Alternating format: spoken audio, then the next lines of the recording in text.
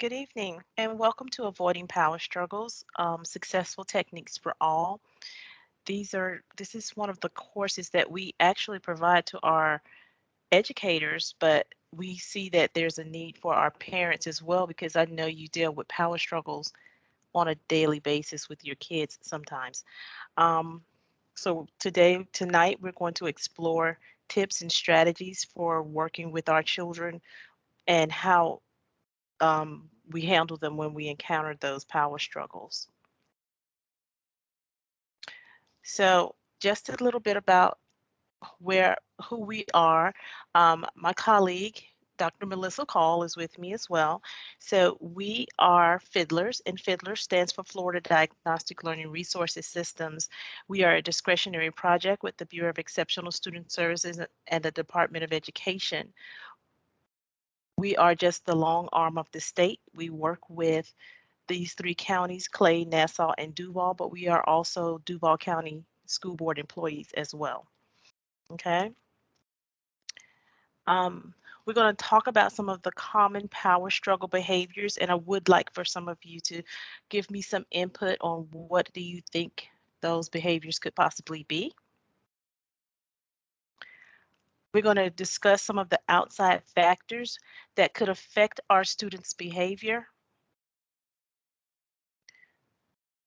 We're going to go through some prevention strategies. How can we intervene before the power struggle happens?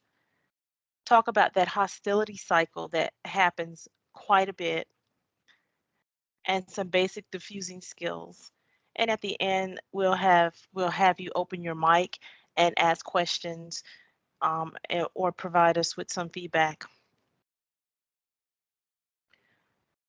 So our main goal today is to provide support in all areas where our students are. But how do we effectively work with our children of different personalities and exceptionalities in their needs? We want to be able to provide those strategies that will help you be more effective and successful in dealing with those behavioral issues that you may see. We want you to be able to identify those situations that could potentially turn into power struggles. So we want you to kind of be more proactive versus reactive when it's happening. Applying those strategies to prevent power struggles from occurring and utilize those intervention and diffusing skills that we all have as parents. So the first part right here is, what is a power struggle? And this is a question that I'm posing to the panel out here. What do you think is a power struggle? So if you could just go ahead and type it in the chat of what do you think a power struggle is? Okay, Phyllis, we have when a child will not do what is requested and the parent will not back down. Ooh, that's common. We see that a lot. We see that not only with the parents, but we see that in the school as well. So you don't think that you're by yourself, parents.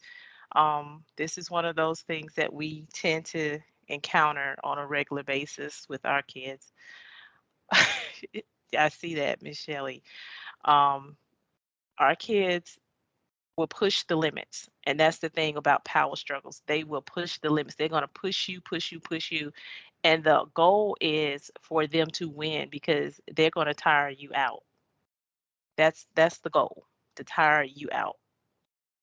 So it's any situation where a child refuses to comply and the adult continues to engage. You keep going around and around in that same circle. Eventually, somebody has to give up. And usually, they have more fortitude than we do because you've worked all day, you've had other stressors going on, and the only thing they have to worry about is getting on mommy's nerve or getting on daddy's nerve. And you're kind of fed up at that point. You're like, okay, just let them have it. So, what are some of those push your button type behaviors that they're giving you? You know those buttons that they can push, and they know those buttons that they can push because guess what? They're your child. They know how much you can take. So what are some of those common power struggle behaviors that can push your buttons? We've already seen where you're telling them to do something, but be more specific about what are your button pushers.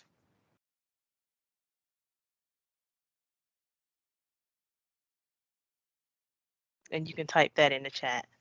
Whining, oh my gosh, that would wreck my nerves because they're whining because they want something and you're saying no. What else is there? What's out there? Oh my goodness. Not coming to dinner, no, yes, and not going to bed. I think that was one I struggled with my daughter, the not going to bed on time. We had to I had to that was one of those things we had to go through. And these are button pushers for parents, especially when you think that you're going to put them to bed on time so that you can finish doing the other things that you have to do because just because they go to bed at 9 doesn't mean your day ends. Your day ends about 11 or 12. And it can push your buttons and now you're almost to the point where I'm about to boil over. So this is one of those common power struggle behaviors that we face as parents. Another one, you can't make me. I love to hear little people say, you can't make me do that. You're not my mother. If you are a step parent, oh gosh, getting the homework done on time. That's going to be something that's consistent until we make list and um, a schedule. Not getting ready for school on time. I see that one. Those are just some things that push your buttons, and we know they're going to happen. But we have to be proactive. When our kids tell us so, that just probably irks our nerves. We have toddlers that start off with the no and we think it's cute. By the time they get to be 7 and 8 years old and they're still telling you no, it's not cute anymore. That's stupid. Why do I have to do that? This sucks. My daddy says whatever, flicking a finger, throwing things, and I know that's something that's pretty common now because kids just they may not throw it at you. You'll send them to the room and they're throwing stuff in the room, bothering others, continuously coming in late. Our older kids tend to do that, and we have to figure out how we're going to handle that. Smirking when you told them not to do something, then they play the parents against each other. Our kids are good for that. Sitting or slouched with their arms folded. We see this a lot when they're sitting at the table, when they're in church, just different areas of our life we deal with this. Oh yes, walking out of the house. That's probably something that we want to discuss. So keep those things in mind. Those are some of the things that you just keep that in mind because we're going to talk about this a little later. So what's in it for me? If we can identify those power struggles before they start happening or try to be more proactive, it's empowerment for the parent and the child by preserving their dignity. And when I talk about preserving dignity, I always like to let people know it's preserving your dignity as well as that child's dignity. Let's not embarrass them in front of the family members, another child in the house. Sometimes it happens even when we're in public. You have to preserve your dignity as well as that child. Let's take this to the car. We need to walk away now. Spend less time engaging in a no-win situation. You have to understand, is this worth my time right here? This is a no-win situation right now. I may need to come back to this later. Decrease the likelihood of the power struggles that are occurring. And we want to have an encouraging environment where more learning can take place, where they can do the things that you want them to do when you need them to do it. So, as a parent, as an educator, I always keep this in mind. Our goal when working with any child is to preserve their human dignity no matter what the behavior. As a parent, we know we can tend to hold those little grudges, or still continue to be a little mad with them the next day. But we have to remember to start over with a clean slate every day. Um, that's just something that we have to do for our kids. Why do some of our children engage in power struggles with us? Why do you think they do it?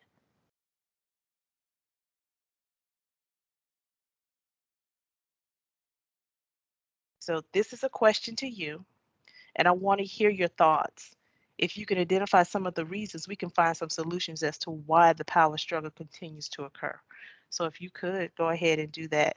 While you're thinking about that, I always kind of relate it to our firstborns. Think about the order of children being born. You have your firstborn, which is that reliable student, that reliable child. They're structured, they're high achieving. That's just, this is what they say. Uh-huh. That second child usually is the people pleaser. You said you gave the first child too much freedom. Do you really think you gave them too much freedom, or were you, that's, I always look at it like this. That's that first child that you're learning how to be a parent. And that's the child that they're growing up and feel as if they're right. Um, we make mistakes as parents, but along the way, we figure we figure it out.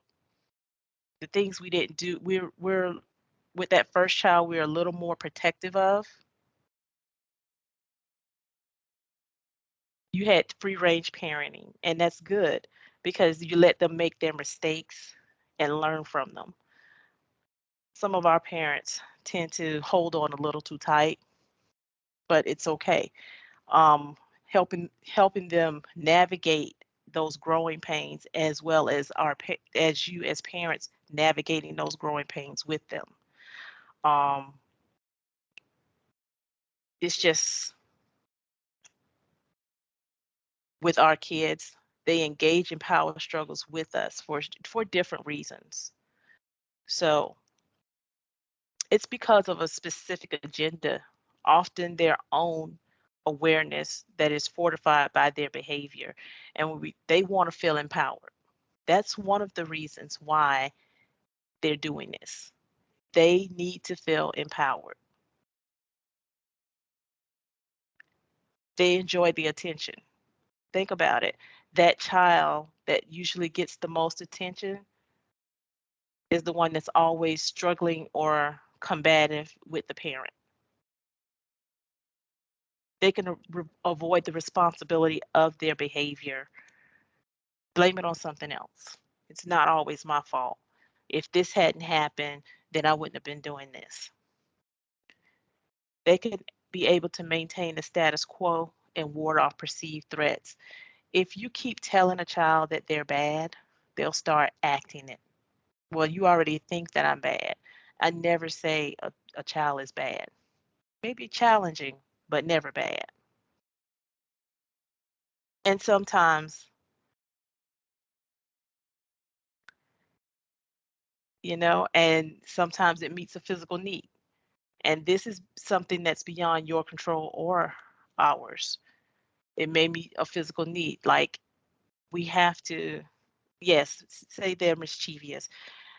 It meets the physical need in the sense that this is the only way they know to get your attention. I know that if I act out, I'm going to get, it may not be the best attention that I want. It may not be that good attention, but this is the attention. It meets a physical need. And I know she cares because now she's paying attention to me for a moment. And that student may have a disorder. And if that student has a disorder, then that's beyond our control. That's something that we have to address with doctors and whatever else that goes on when you find out that student may have a disorder.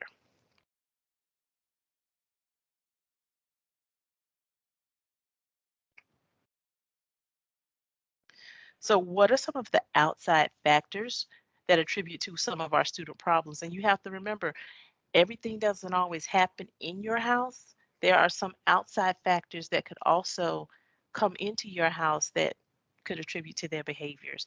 So that constant failure of school could be another factor.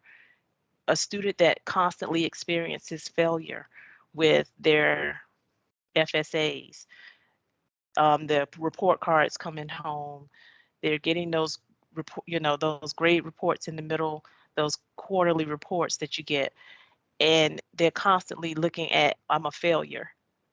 That could become a problem, and they just feel like they're acting out there. Dysfunctional families, and when I say that, not saying it's your family, but just the fact that exactly, um, the broken home. Mom and dad have had there's a divorce there. The effects of drug and alcohol, fragmented communities. We're living in communities where people have lost their jobs, and now you see that some people have had to move out of their homes. Kids are not living where they used to stay, they're constantly moving. Violence in our culture, as much as we try to hide these things or try to buffer our kids from this stuff, it's in the news every day. They find out, they go to school the next day, one of their classmates has been in an accident, all of those things. The need for control and power, respect and belonging. And if you think about it, usually the youngest child is the one that pushes for this all the time, because the two older ones or the oldest child is always getting that attention. The oldest child is the one that you tend to pay more attention to right away, because that's your first child and you want to make sure you're getting it right. That's something else. While we are rarely the root cause of all of these behaviors, there's so much we can do to keep these behaviors from occurring or escalating, not just in the classroom, but at home as well. Um, but I also like to remind people, I tell the teachers and I'm going to tell parents, sometimes we can be the cause of some of these behaviors. Because just think about when our kids are getting ready to go to school in the morning and you've already started a little disagreement. They're not ready on time, or they didn't eat all of their breakfast, and now you're fussing at them, and now you got to get in the car, and why didn't you put your seatbelt on? You're driving them all the way to school and complaining about the seatbelt. Oh, now you left your homework. Now I got to go back and get your homework. By the time they get to school, they feel so bogged down with all of that. Who do you think is going to catch that part of them, that negative part that they've received from you this morning?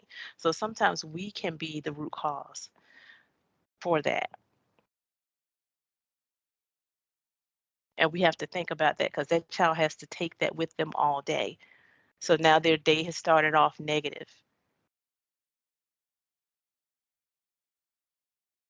And I love that you do that, and but all parents don't, and it's so sad, because if you started off negative, how do you think you're going to feel the rest of the day? That's going to weigh you down all day long, and by the time you get to your last period class or the end of the day, now you got to get on the school bus and deal with all of the commotion there, come home, mom is fussing still, or dad is still fussing about, we got to get the homework. Why did I get this note? Somebody called and said you did this today at school. So it just kind of compounds on that student.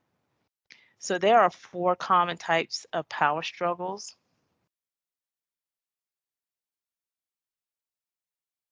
to understand and avoid. So kids will do this. It doesn't matter if you're their parent, if you're their teacher, they can do this to their friend. They'll talk about your physical appearance. They'll say you're so ugly or you stink. That they will verbally attack you, and they will and you're so busy trying to defend who you are to a child. Um, you react to personal button pushing type things that they may say to you. Um, Another thing is issuing unenforceable consequences. When you tell a child that you're going to do whatever it is you say you're going to do, make sure it's something that you really can do. Don't say I'm gonna knock your head off. I mean, you really can't do that. That's unenforceable. You can't do that, and they know you can't do that. But you can say, I am going to um, take your Xbox away for a week. That's something that you can do. That is enforceable. You can take it away, you can lock it up, do whatever, but that's something you have to follow through with. Getting sidetracked by relevant issues. Sometimes our kids gang up on us. You're fussing with one, and then the other one it distracts you so that you can stop with that one. And mom, guess what? Da da da da da. And now you have to play nice with this one, and you've forgotten about the other one and what's going on there. So those are some of the things that they will do. They'll tell you your role as a parent, you suck as a mother. That's why dad left. And that is one of those common power struggle behaviors that we will see a lot, especially when the family has encountered divorce. So, how do you feel when you are the victim of one of these responses? You give a child a direction to begin working on the assignment. Someone was saying getting homework started, and the child just sits there and does nothing and does not acknowledge you. You tell your child that they need to rewash the dishes. The child looks you in the eye and says, I don't have to do what you tell me to do.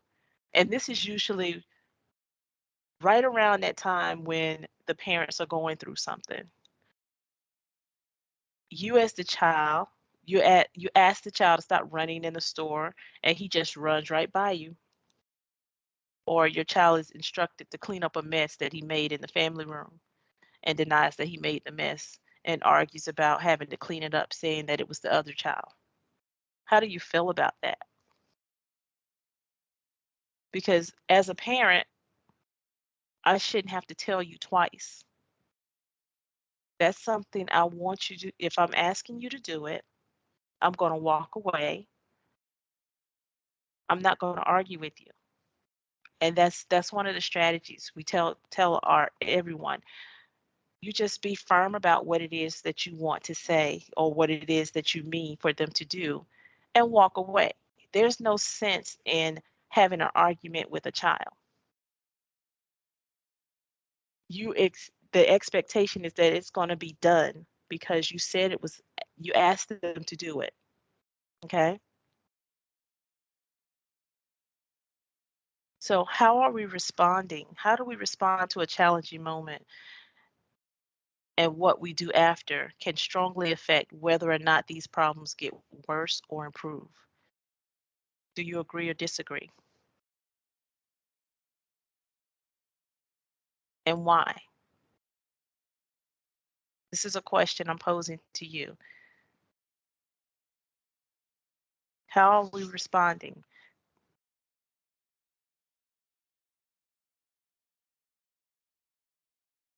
when you are dealing with those moments with your student, with your child?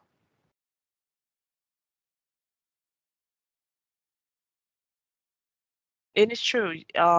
You have to stand firm. You have to be firm. You cannot sway. And I am guilty. I had a friend to finally tell me, I need to be your child because you could get mad with your daughter and 2 days later you're at the mall shopping.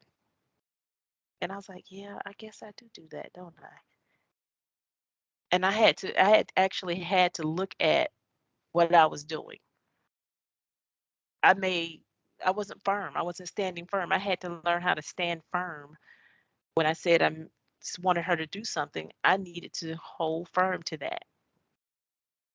So, was I part of the problem? Yes, I was. I was literally part of her problem. I had to learn how to stand firm. And as parents, it hurts us to punish our kids or to discipline them when they've done something, but we have to be very explicit about what it is we want them to do. We're not going to argue back and forth, which is part of what we're talking about when we talk about the hostility cycle, and we will talk about that later. But we want to make sure that we stand firm and be consistent. If we say we're going to do something, do it and hold firm to that. With that, there are 3 P's. We must always stay positive, be patient with our kids, and be persistent. How will I stay positive, patient, and persistent when some children are rude, disrespectful, angry, defiant, stubborn, and constantly arguing? This is it right here. Communicate your expectations.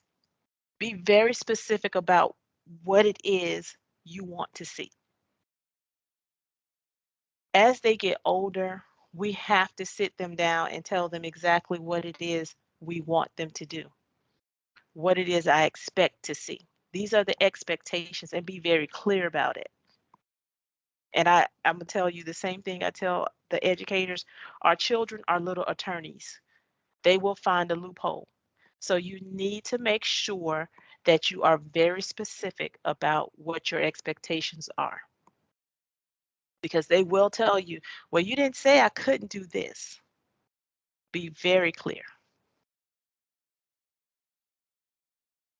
When I say circulate as much as possible, I mean you need to be involved in your child's life. And that means when you pick them up from school, you're asking questions, talk. They're at home, just pop in the room every now and again. Make those connections with your student.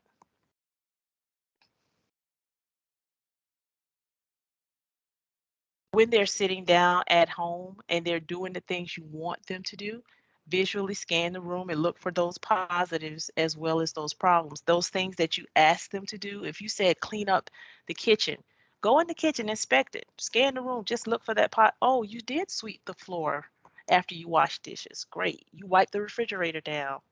Those types of things. Just let them know that you see what they're doing. Now, I didn't take this one out, but I want you to understand when I left this one in, because your classroom is your home. So make it predictable. Have rituals and routines in place. Okay. You want to make sure that your home has rituals and routines. Everybody should have that. It shouldn't be chaotic.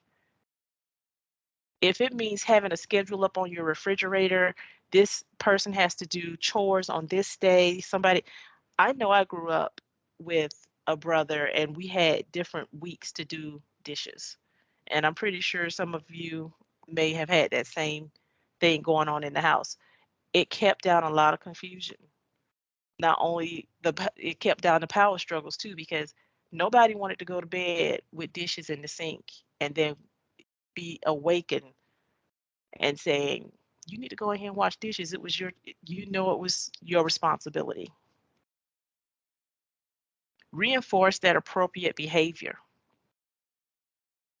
Make sure that when they're doing good, you acknowledge that they're doing good. When you see that power struggle getting ready to happen, let's calmly, briefly, and consistently talk about that with that child. Respond to it calmly. No, let's not raise our voices. Be very brief. I saw what you did. I need you to correct it. Walk away. Do not engage with the talkbacks. We have to learn how to walk away, because once they engage us, it's a no-win situation. Because guess what's going to happen? They're going to say something. You feel like you need to say something back.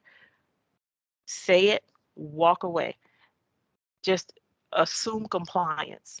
Assume that they are going to comply and just walk away. Make sure you communicate and explain the methods with not just the teachers, but also with your husband or whoever else is your significant other in the home.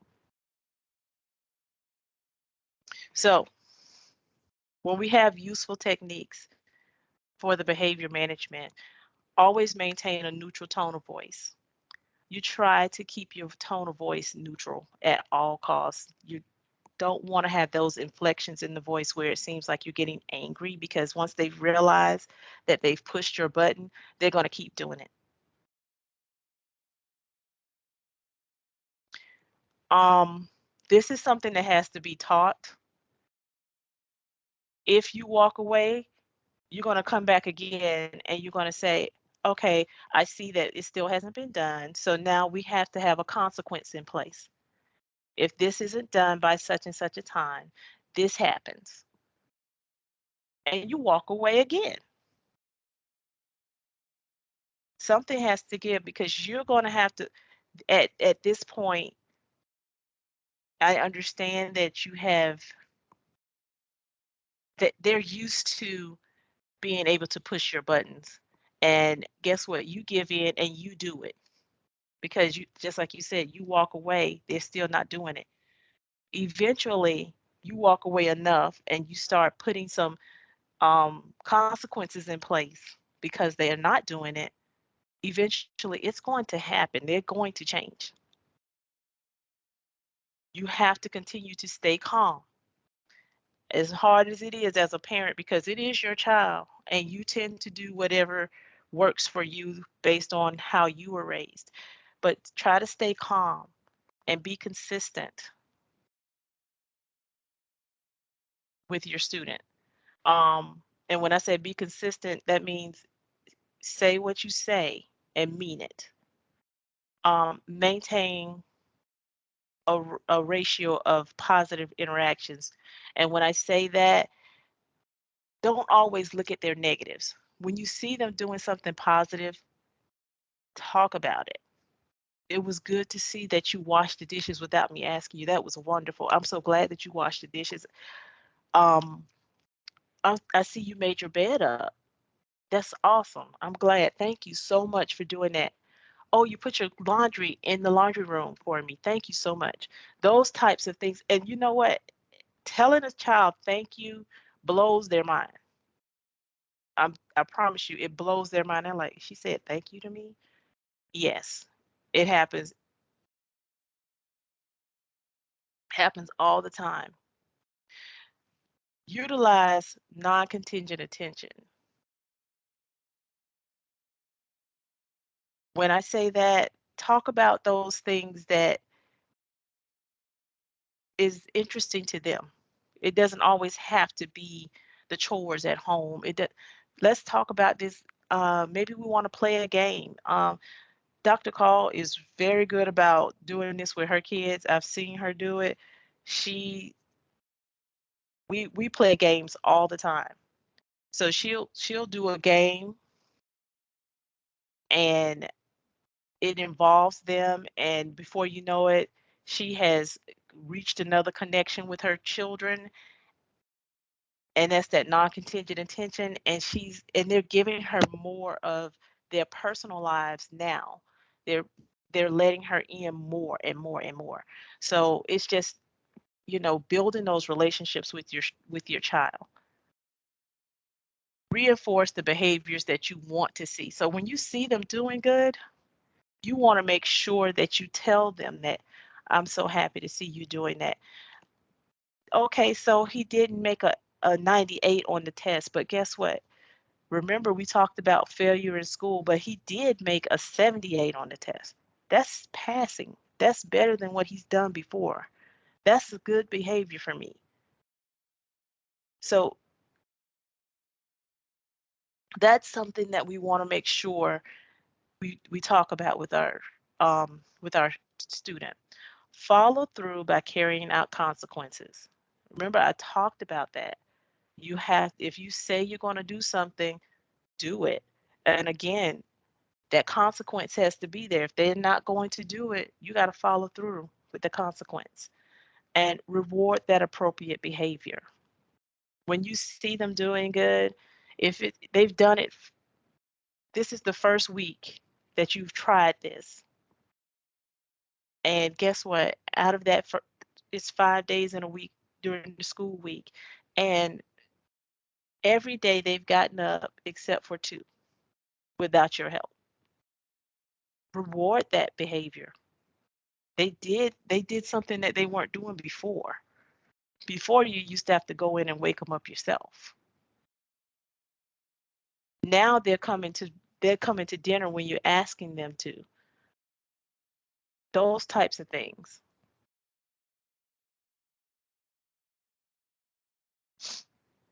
So some of the intervention strategies, I love this one right here. Stay connected to kids without taking what they do and say personally. Kids say things to hurt our feelings.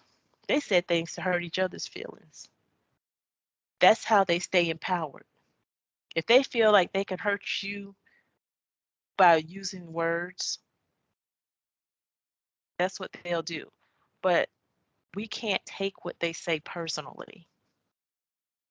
Those are just words. And we as adults know this. Understand that hostility cycle. And we've talked about this a little bit already, but that hostility cycle is a beast. They're going to say something. You're going to retaliate and say something back. They're going to up you one and say something more. You have to do one more up one. And it just keeps going and going and going. And it never ends. It's a cycle. It's a whole circle. And it just keeps going. That circle is never broken. Somebody has to break the circle. So the way you break that circle is this something that I love when Dr. Call says, is this something that I want to put in my bucket? Is this worth putting in my bucket? Somebody has to break the cycle. We're going to say what we mean and we're going to walk away. That's what you're going to do. We're going to substitute less powerful words and images for those that you find disturbing. When those kids when they get older, they say some really mean stuff to us. And I know young kids they tend to say little mean things too, but those words tend to be harsh. So we got to figure out some less powerful words and images for those that we find disturbing. Um, don't that word hate is that's a hard word for me. I don't like that word at all. That's one of those words I do not like to say. Um, we have to I don't like it. Um, I just disagree with you, or just find something else to say. Let's not use the word hate. Eh, and reframe the situation when our students are doing and saying things that's so negative and hurtful. Let's not take it so personal again. Reframe it and turn it around and say, okay, I understand what you're saying. Maybe this is what you mean right now, but we'll think about that later and we'll come back to it. So this is what the hostility cycle looks like. This, the child is impulsive, they're acting out, they don't want to cooperate. You as the parent are taking on the teacher role and you're feeling attacked. You feel personally disrespected. And guess what? You have accepted that challenge.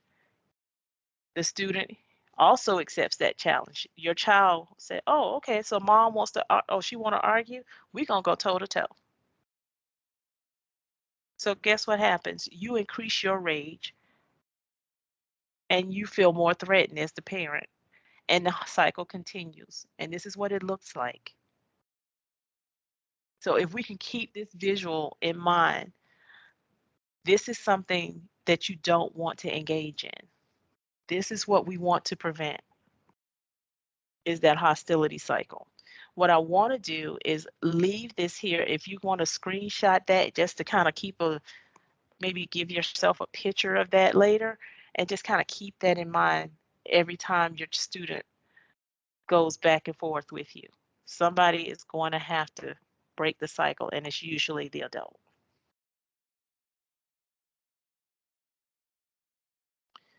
So that was quick and hopefully to the point. We, if you have any questions or concerns, I would love to hear them now. Dr. Call has been answering in the chat, but she can unmute and we can answer questions together. Not to lose it, because I know as a parent, it's very frustrating when you're dealing with your own child and you're like, why is it that you, why is it that I can't get this child to do what I'm asking? Again, Dr. Call said it, and I'm going to say it again. We have to make sure that we have some consequences in place for those things. We have to be very clear about our expectations. If they choose not to follow through,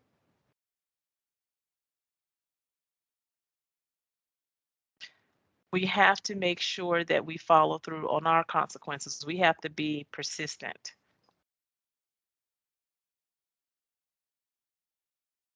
What was that, Dr. Call? I saw something said that's what's non-negotiable. Could you repeat that?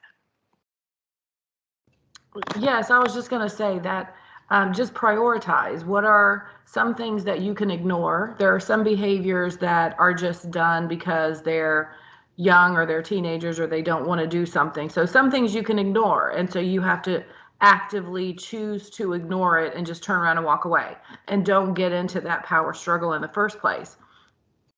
Others are non-negotiables. Like David said, the student has to be at school in time. That's a non-negotiable. I might be able to ignore the fact that you said no when I asked you to set the table, but I'm not going to ignore the fact that you have to get up and get to school. I would say, yeah, you get them up earlier in the morning. Maybe it's that they're having a hard time getting ready and getting everything together and they just need time to chill out in the morning. Um, I would, you know, set set the set a timer. You have this amount of time to eat breakfast. You have this amount of time to get dressed. You have this amount of time to brush your teeth, and we're leaving at a certain time. And then there are consequences for not being ready. There are consequences for not making it to school on time. Every kid has something that they'll work for. So you have to find out what that is that they'll work for.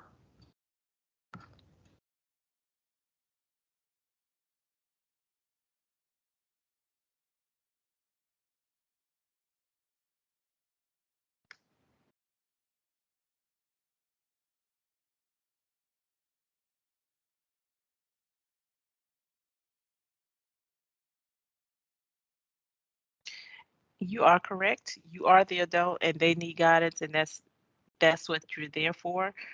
But I'm sorry, Shelly. It's easier to train your dog. But as Dr. Call said, we have to make sure that we are consistent and we're putting things in place. We have to make sure that we're putting things in place. When we say that we're going to do something, we have to do it. Those consequences have to be there and we have to follow through with it. And as she said before, the non-negotiables, what are those? Keep that in mind. And like she said, they will work for whatever they are interested in. So we have to know what our students' interests are so that we can get them to work for it. Well, thank you for participating in avoiding power struggles, successful techniques and all for all.